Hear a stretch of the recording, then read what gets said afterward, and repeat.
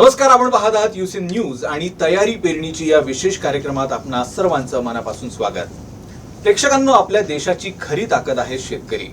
मात्र नैसर्गिक आपत्ती, बाजारातील अनियमितता आणि वाढत्या उत्पादन खर्चाचा सामना करत हा शेतकरी आजही भूमीशी आपली निष्ठा कायम ठेवून आहे। अशा स्थितीत आधुनिक तंत्रज्ञान, पर्यावरणपूरक दृष्टिकोन आणि विश्वासार्ह निविष्ठा यांची त्याला नितांत गरज आहे। याच पार्श्वभूमीवर इफ्कोनं अलीकडेच विकसित केलेलं नॅनो डीएपी हे भारतीय कृषीसाठी एक क्रांतिकारक पाऊल ठरत आहे।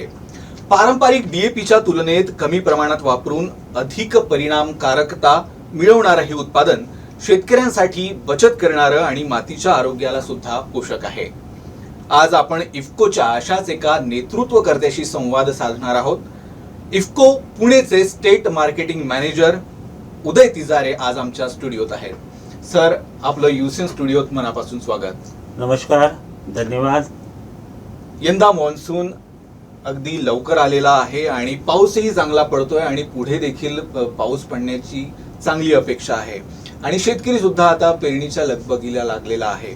अशात सर्वात आधी प्रश्न पडतो, पेरणीसाठी बियाणे निवडताना किंवा बियाणे खरेदी करताना त्यानं कोणते बियाणे खरेदी करावे, काय मार्गदर्शन कराल आपण? सर्वप्रथम मी सर्व शेतकरी बंधूंना येणाऱ्या खरीप हंगामाच्या शुभेच्छा देतो। बंधूंनो, ही गोष्ट खरी आहे की यंदा मान्सून जो आहे तो लवकर आलेला आहे आणि निश्चितच मान्सून जेव्हा लवकर आलेला आहे तेव्हा आपली पण पेरणीची धांदल सुरू झालेली आहे। आणि जर आपल्याला पूर्ण हंगाम साधायचा असेल, आपल्याला उत्पादन जास्ती घ्यायचं असेल, तर सगळ्यात महत्त्वाचं म्हणजे पेरणी साधणं ही फार महत्त्वाची गोष्ट आहे। आणि पेरणी साधताना आपल्याला जर काही जी आधुनिक तंत्रज्ञान आहे त्याचा जर आपण वापर केला आणि येणारा जो पाऊस आहे तो लक्षात घेतला आणि योग्य जर पेरणी झाली तर निश्चितपणे येणारा खरीप हंगाम आपल्याला यशस्वी जाणार आहे।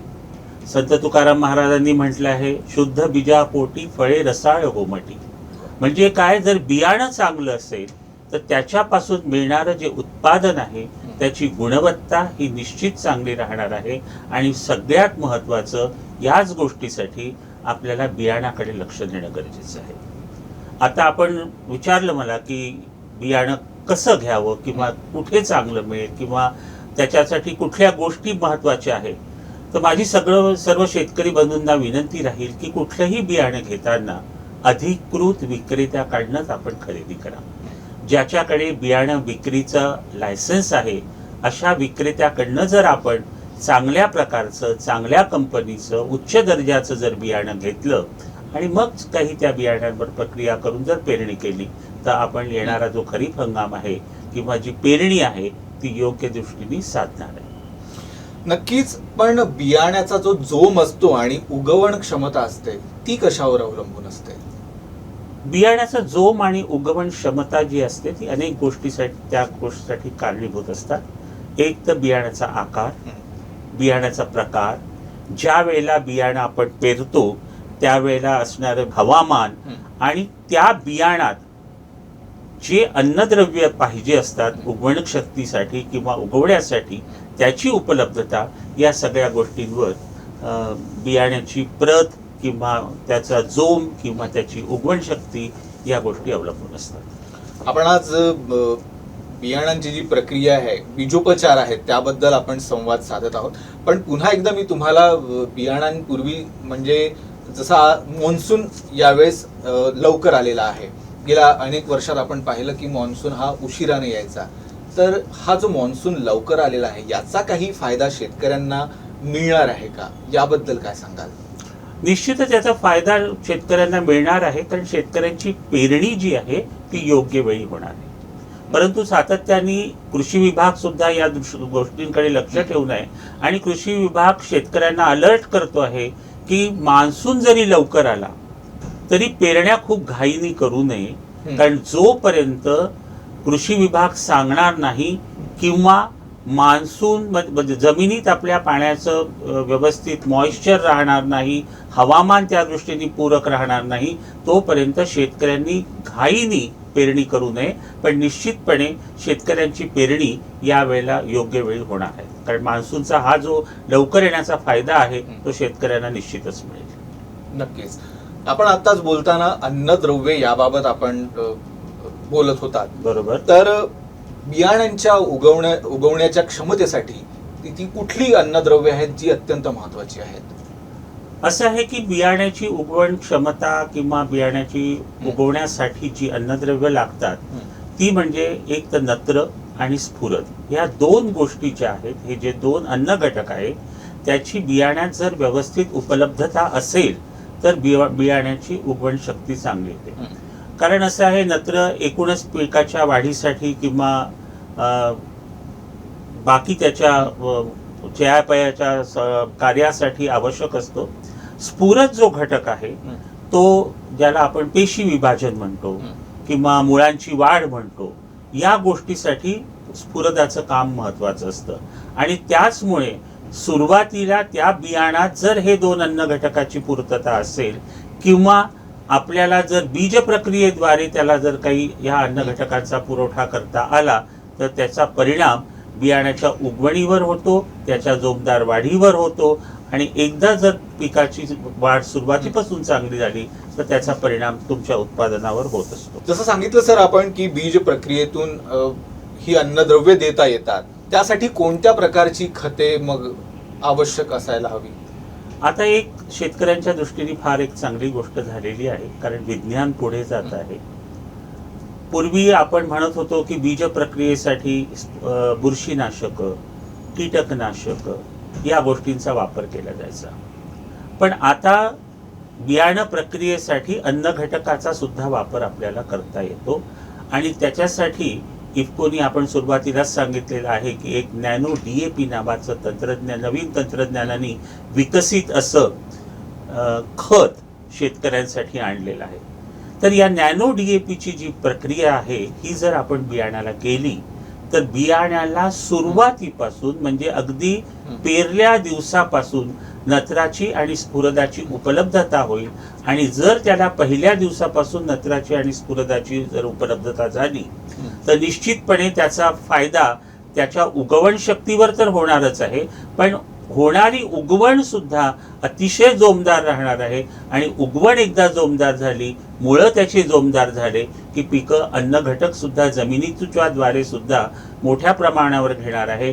आणि जर ते पीक, जर ते रोप सुरुवातीपासून जोमदार असेल, काटक असेल तर त्याचा परिणाम निश्चितपणे जास्त उत्पादनात शेतकऱ्याला मिळणार आहे. मला सांगा की ही जी नॅनो बीज प्रक्रिया आहे ती नेमकी काय आहे? नॅनो बीज प्रक्रिया सांगण्यापूर्वी मी थोडंसं नॅनो तंत्रज्ञानावर बद्दल आपल्याला बोलेन की नॅनो म्हणजे अतिशय सूक्ष्म. अच्छा. या नानो खतांमधले जे अन्न घटक आहेत ते अतिशय सूक्ष्म रूपात आहेत. इतके सूक्ष्म रूपात की जे फवारले तर पिकाच्या पानावरच्या छिद्रामधून आतमध्ये जातात. अच्छा. जर बियाणाला त्याची प्रक्रिया केली तर बियाण्याचं जे आवरण असतं त्याच्यामधून पिकाला ते उपलब्ध होतात. म्हणजे इतके ते सूक्ष्म कण आहे आणि सूक्ष्म जेवढी गोष्ट असेल तेवढा त्याचा पृष्ठभाग मोठा असतो. आणि त्या पृष्ठभागामुळे ही जी नॅनोचे कण आहे, ह्या अन्न घटकाचे कण आहे, हे बियाण्याच्या आवरणातून आतमध्ये शिरतात आणि आतमध्ये शिरल्यानंतर ते आणखीन एक वातावरण पोषक तयार करतात की जे जमिनीतलं पाणी सुद्धा जास्त शोषतात. आणि जेव्हा बियाणं फुलेल चांगलं, त्याच्यात अन्न घटक चांगले असतील तेव्हा त्याची उगवण शक्ती ही चांगली होते. आणि त्याच्यामुळे आपण नॅनो खतं जी आहे ही बियाण्याच्या प्रक्रियेसाठी शिफारस करतो. दिस इज नॅनो तंत्रज्ञान. नॅनो तंत्रज्ञान. मग ही प्रक्रिया म्हणजे काय असते मग नेमकी? हे तर झालं तंत्रज्ञान. हे तंत्रज्ञान झालं. प्रक्रिया म्हणजे नॅनो खतांचा जर वापर आपण बियाण्याला पेरण्यापूर्वी केला. अच्छा.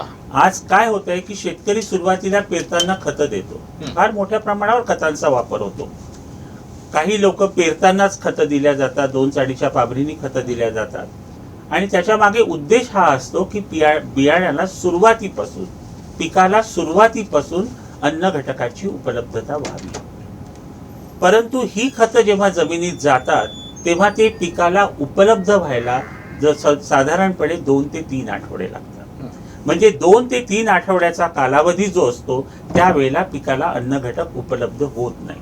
पण जर आपण नॅनो तंत्रज्ञानाने आधारित तयार केलेलं नॅनो DAPची जर बीज प्रक्रिया केली तर या बीज प्रक्रियेतून त्या बियाण्याला नत्र मिळतं, स्फुरद मिळतं, ते आवरणातून शोषल्या जातं आणि बियाण्याला पेरलेल्या दिवसापासून तुम्हाला नत्र आणि स्फुरदाची उपलब्धता होत असते. आणि म्हणून नॅनो तंत्रज्ञानावर आधारित या नॅनो DAPची बीज प्रक्रिया करणं अत्यंत गरजेचं आहे. आपण बोलताना या बीज प्रक्रियेचे काही फायदे नक्कीच सांगितलेले आहेत. आणखी कोणकोणते अतिरिक्त फायदे आहेत जे शेतकऱ्यांना या बीज प्रक्रियेमार्फत होणार आहेत? बीज प्रक्रियेमार्फत आपण नॅनो DAPचा जर विचार केला तर नत्र स्फुरद मिळतं, हे तर मी आपल्याला सांगितलं आहे. त्याच्याशिवाय त्याची पाणी घेण्याची क्षमता त्या बियाण्याची जी आहे ती वाढते आणि पाणी घेण्याची क्षमता वाढली म्हणजे ते बियाणं फुलतं आणि बियाणं चांगलं फुललं म्हणजे त्याचं अंकुरण पण चांगलं होतं. दुसरं, नैसर्गिक जे ताणतणाव असतात त्या ताणतणावापासूनचं संरक्षण या नॅनो खतांच्या द्वारे बियाण्याला मिळत असतं. आणि जेव्हा या ताणतणावांपासून संरक्षण मिळतं म्हणजेच काय, तर बियाण्याची हे ताणतणाव सहन करण्याची प्रतिकार शक्ती वाढत असते. आणि जेव्हा तुमची प्रतिकार शक्ती वाढते, तुमच्यामध्ये अन्न घटक घेण्याची क्षमता वाढते, तुमचं पाणी घेण्याची क्षमता वाढते, तेव्हा पण त्याची निश्चितच उगवण ही एकसारखी एकसंध चांगली होते आणि झालेली उगवण जी असते ती अतिशय जोमदार असते. आणि म्हणून नॅनो DAP खतांचं जे बियाण्याच्या बीज प्रक्रियेत महत्व आहे ते या ठिकाणी अधोरेखित होतं. जसं आपण सांगितलं की ताण प्रतिकारक शक्ती सुद्धा वाढते, उगवण क्षमतेवर सुद्धा परिणाम होतो, तर आणि पाणी शोषण्याची सुद्धा क्षमता वाढते. मग त्या पाण्यावरती काय असा वेगळा परिणाम होतो का? पाण्यावरती परिणाम नाही, पाणी घेण्याची क्षमता म्हणजे बियाण्याचं ज्याला आपण इंग्लिशमध्ये टर्जिडिटी म्हणतो किंवा कुठल्याही पेशींची क्षमता फुगण्याची, जेव्हा पाणी जितकं चांगलं घेतलं ते बियाणं चांगलं फुललं म्हणजे त्याच्यातून अंकुरण हा चांगलं होत असतं. तर पेरणीच्या एक 10 ते 15 दिवसांपूर्वीची ही प्रक्रिया आहे? नाही, ही प्रक्रिया पेरणीच्या दिवसाची आहे. अच्छा, पेरणीच्या दिवसाची आहे. याच्यात आपण थोडंसं जेव्हा बीज प्रक्रिया आता मी सांगेन आपल्याला की कशी करायची, तर त्या बीज प्रक्रियेत करताना मला असं वाटतं की आता आपण बाकीचं त्याचे फायदे तर बघितले, आता आपण निश्चितपणे नॅनो DAPची बीज प्रक्रिया कशी करावी या विषयावर थोडंसं शेतकऱ्यांना आपण एक माहिती देऊ. बीज प्रक्रिया करताना आतापर्यंत शेतकरी बुरशीनाशक, कीटकनाशक किंवा जीवाणू संवर्धक याच्याद्वारे बीज प्रक्रिया करतो. तर आता आपण त्याच्यात खत याचा सुद्धा समावेश करतोय, जे आपल्याला नॅनो DAPच्या मार्फत उपलब्ध आहे. इतर खतांच्या द्वारे बीज प्रक्रिया केल्या जाऊ शकत नाही, पण पिकाला जर नत्र स्फुरदाचा सुरुवातीपासून फायदा आपल्याला द्यायचा असेल तर एकमेव खत आज जे उपलब्ध आहे ते म्हणजे नॅनो DAP. आणि ह्या नॅनो DAPची जर बीज प्रक्रिया करायची असेल तर पहिले बुरशीनाशक, कीटकनाशक याची बीज प्रक्रिया झाल्यानंतर मग आपण नॅनो DAPची बीज प्रक्रिया करू शकतो. अतिशय सोपी पद्धत आहे, अतिशय म्हणजे शेतकऱ्याला त्याच्यात कठीण काहीच नाहीये. तर नॅनो DAPची बीज प्रक्रिया करत असताना आपल्याला सगळ्यात महत्वाचं हा भाग बघायचा आहे की आपण बियाणं कोणतं वापरतो. कारण नॅनो DAPचा जो डोस आहे बीज प्रक्रियेसाठी हा बियाणा किती लागणार आहे त्याच्यावर अवलंबून आहे. जर आपण आज बघितलं की महाराष्ट्रातलं जे मुख्य पीक आहे ते 2 आहेत, एक सोयाबीन आहे आणि दुसरं खरीप हंगामाचं कपाशी आहे. साधारणपणे 100 लाख एकरावर सोयाबीन पेरल्या जातं, 100 लाख एकरावर कपाशी पेरल्या जाते. तर या 2 बियाण्यांचा किंवा या 2 पिकांचा जर आपण विचार केला तर सोयाबीनला साधारण एकरी 30 किलो बियाणं लागतं. आता हे 30 किलो जेव्हा बियाणं लागतं तेव्हा त्याच्यासाठी एक 150 मिलीलिटर नॅनो DAP आपल्याला जे आहे ते पुरेसं आहे बीज प्रक्रियेसाठी. हे 150 मिलीलिटर नॅनो DAP अर्धा लिटर पाण्यात मिसळायचं आणि याची फवारणी त्या 30 किलो बियाण्यावर करायची. सोयाबीनच्या बियाण्याचं आवरण अतिशय नाजूक असतं, त्याच्यामुळे त्याला फार चोळण्याच्या वगैरे भानगडीत कोणीही पडायचं नाही. त्याच्यावर फवारणी करायची.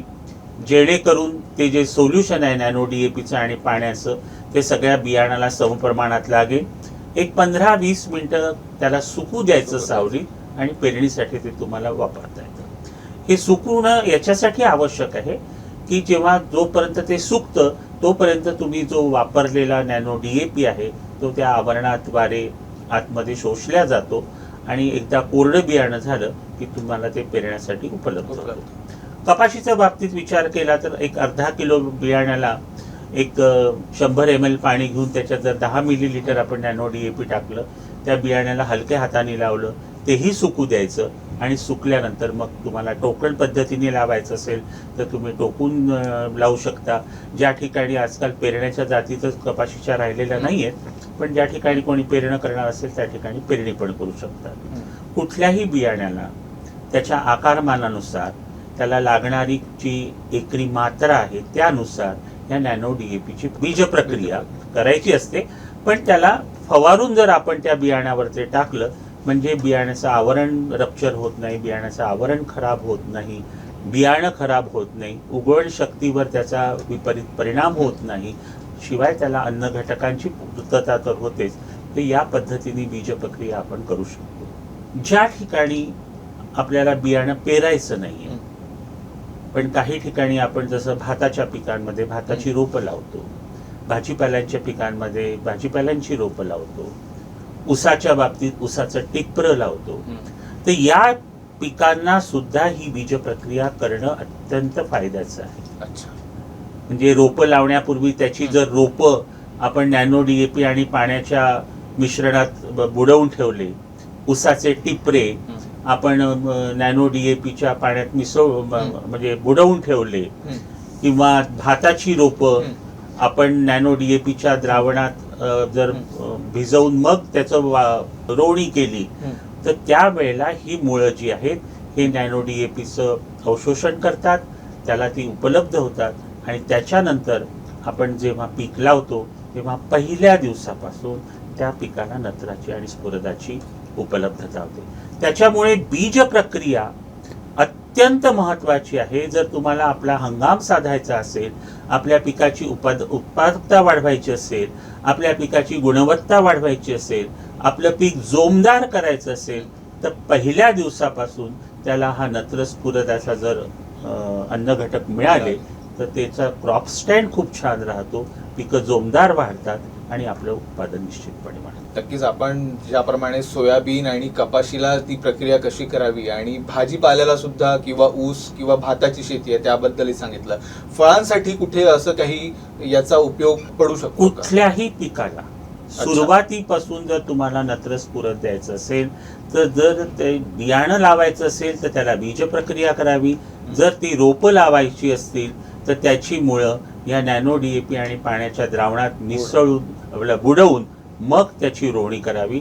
सुरुवातीला त्याला नॅनो DAP मधला नत्र आणि स्फुरद मिळाल्यानंतर त्याची वाढ ही निश्चितपणे जोमदार होतेच.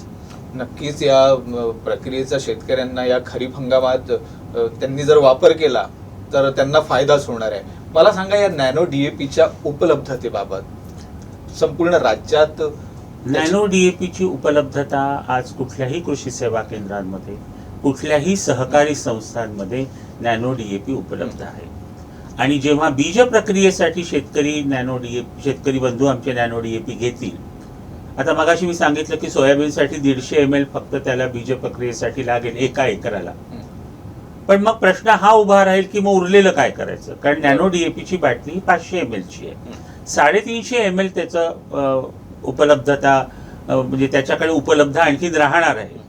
पण ज्या वेळेला बीज प्रक्रियेसाठी शेतकरी बंधू आमचे नॅनो DAP वापरतील तेव्हा आणखीन एक सगळ्यात महत्त्वाचा फायदा की जर बीज प्रक्रियेसाठी नॅनो DAP शेतकरी बंधूंनी वापरलं तर सुरुवातीला देणारे जे पारंपरिक खत आहे ते अर्धे कमी करू शकतात.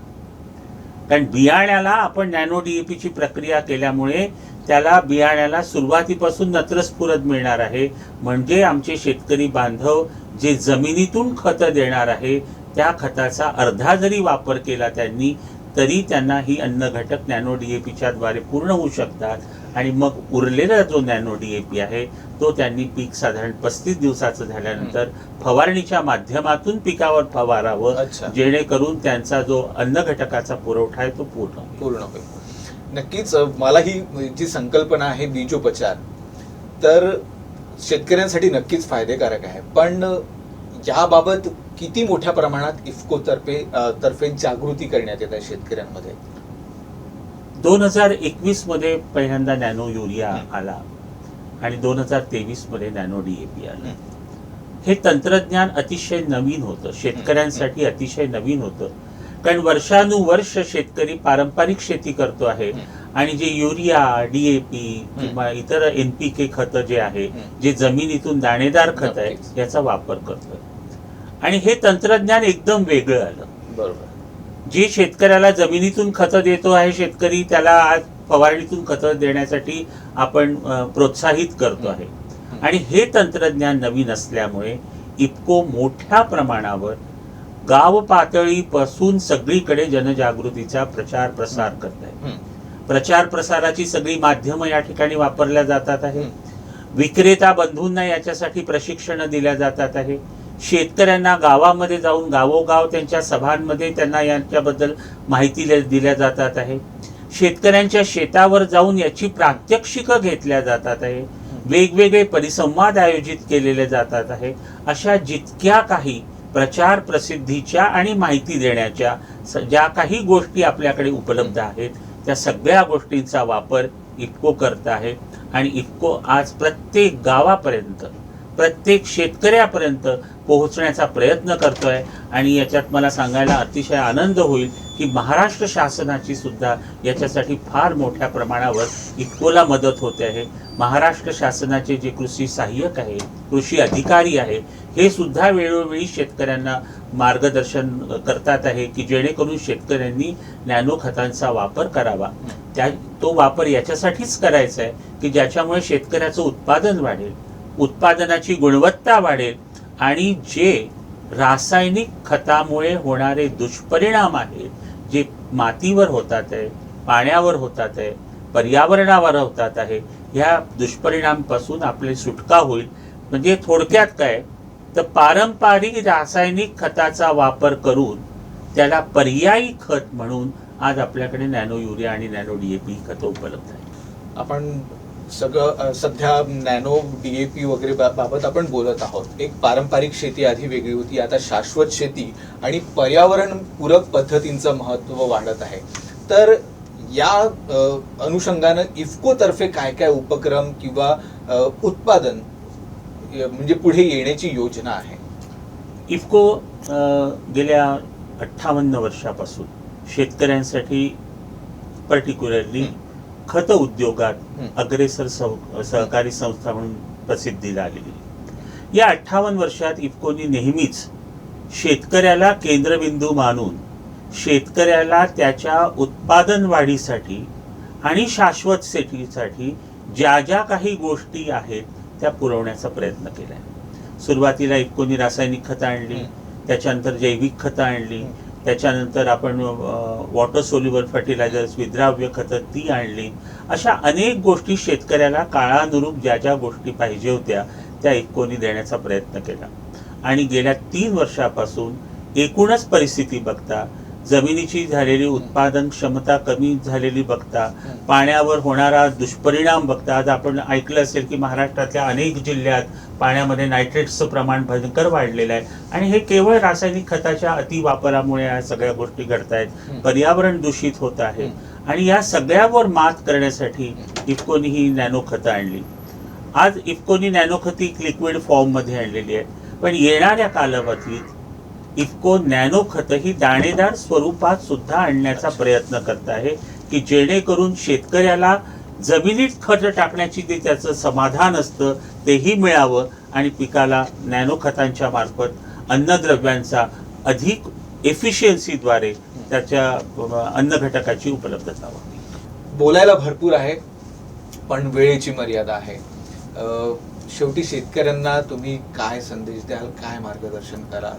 शेतकऱ्याला संदेश द्यायचा, आपल्याकडचा शेतकरी इतका अनुभव संपन्न शेतकरी आहे आणि त्याचं ज्ञान इतकं अगाध आहे, फक्त तो ते मांडू शकत नाही. माझी सगळ्या शेतकरी बांधवांना हीच विनंती राहील की जेव्हा आपण शेती करतो तेव्हा तुमचा अनुभव आणि नवीन येणारं तंत्रज्ञान याची जर आपण सांगड घातली तर निश्चितपणे आपण आपली चांगली शेती करू शकतो. आणि शाश्वत शेतीसाठी आपल्याला थोडंसं रासायनिक खतांना पर्यायी खतं म्हणून नॅनो खतांचा जर आपण वापर केला तर निश्चितपणे एक पर्यावरणपूरक, अधिक उत्पादन देणारी आणि चांगल्या गुणवत्तेचं उत्पादन मिळवणारी शेती आपण निश्चितपणे करू शकतो. आणि ही शेती चांगल्या स्थितीत आपण पुढच्या पिढीला आपण हँडओव्हर करू शकतो.